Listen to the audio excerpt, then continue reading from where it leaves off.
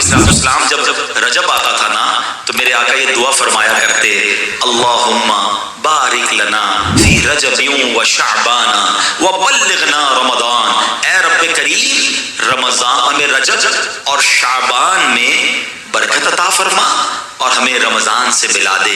رجب کا احترام کرنا یہ اللہ کو کتنا محبوب ہے۔ حضرت عیسیٰ روح اللہ علی نبینا علیہ الصلوۃ والسلام کے دور کا میں آپ کو ایک واقعہ سناتا ہوں کہ ایک شخص تھا، ایک مدت سے ایک عورت کے بارے میں اس کے دل میں برے خیالات تھے، اور ایک بار اس کو موقع ملا، اس عورت پر اس نے کنٹرول حاصل کر لیا، قریب تھا کہ وہ گناہ کرتا۔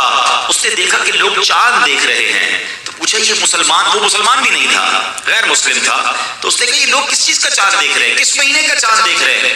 تو کہا مسلمان جو ہیں رجب کے مہینے کا چاند دیکھ رہے ہیں۔ اللہ اکبر! جب اس نے سنا کہ رجب آ گیا ہے وہ اس عورت سے دور ہو گیا، گناہ سے باز رہا۔ اللہ کریم نے حضرت عیسیٰ علیہ السلام پر وحی بھیجی کہ اے عیسیٰ اس شخص کے پاس جاؤ، اس سے ملاقات کرو۔ جب آپ اس کے پاس گئے، اپنی تشریف آوری کا سبب بیان کیا۔ اللہ اکبر! جب اس نے سنا اس کا دل نور اسلام سے جگمگا اٹھا، کلمہ پڑھ کر مسلمان ہو گیا۔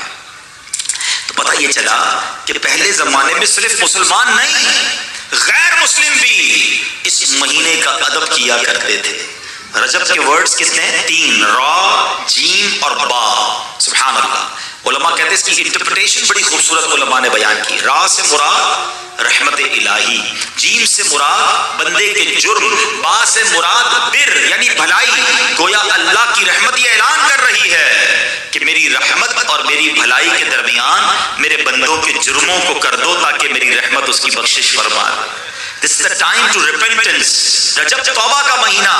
سبحان اللہ! رجب کے بارے میں آتا ہے کہ رجب اللہ کا مہینہ ہے، حدیث میں ملتا ہے رجب اللہ کا مہینہ ہے۔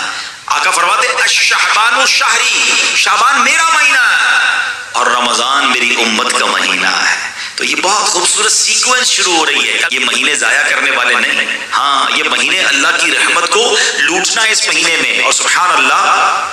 ایک بہت خوبصورت بات میں بتاؤں کہ نبی پاک علیہ السلام فرماتے ہیں 5 راتیں ایسی ہیں جس میں دعا رد نہیں ہوتی۔ حدیث پاک فرمایا رجب کی پہلی رات، 15 شعبان شب برات جو ہوتی ہے، ٹھیک ہے، پھر فرمایا جمعرات اور جمعے کے درمیان کی رات، نمبر 4 عید الفطر کی چاند رات، نمبر 5 عید الاضحیٰ کی چاند رات۔ اور رجب کے روزوں کی تو کیا بات ہے، احادیث میں یہ فضیلت آتی ہے جو رجب میں پہلے دن کا روزہ رکھے، پہلے رجب کا 3 سال کے گناہوں کا کفارہ ہے، دوسرے دن کا روزہ رکھے 2 سال کے گناہوں کا کفارہ، اور تیسرے دن کا روزہ رکھے تو 1 سال کے گناہوں کا کفارہ۔ پھر پورا رجب جو ہے وہ ہر روزہ جو ہے وہ 1 مہینے کے گناہوں کا کفارہ ہے۔ اب تو سردیوں کے دن ہیں، ویسے ہی ہم میں سے کئی لوگ لیٹ لنچ کرتے ہیں، 6 سوا 6 بجے افطار ہو جاتا ہے، تو ہو سکے تو نفلی روزے رکھیں، یہ عبادت کا مہینہ ہے۔ علامہ صفوری رحمۃ اللہ تعالی علیہ فرماتے ہیں کہ رجب بیج بونے کا مہینہ ہے، شعبان پانی ڈالنے کا مہینہ ہے، اور رمضان فصل کاٹنے کا مہینہ ہے۔ اور بڑی خوبصورت اس کی تفصیل بیان فرماتے ہیں کہ جو بندہ رجب میں عبادت کا بیج نہیں بوتا، شعبان میں ان بیجوں پر اپنے آنسوؤں سے پانی نہیں ڈالتا، آبیاری نہیں کرتا، وہ رمضان میں رحمت کی فصل کیسے کاٹ سکے گا؟ تو دس از the time to prepare yourself۔ یہ تو وقت آ گیا مسجد کی طرف آنے کا، تلاوت کرنے کا، روزے رکھنے کا۔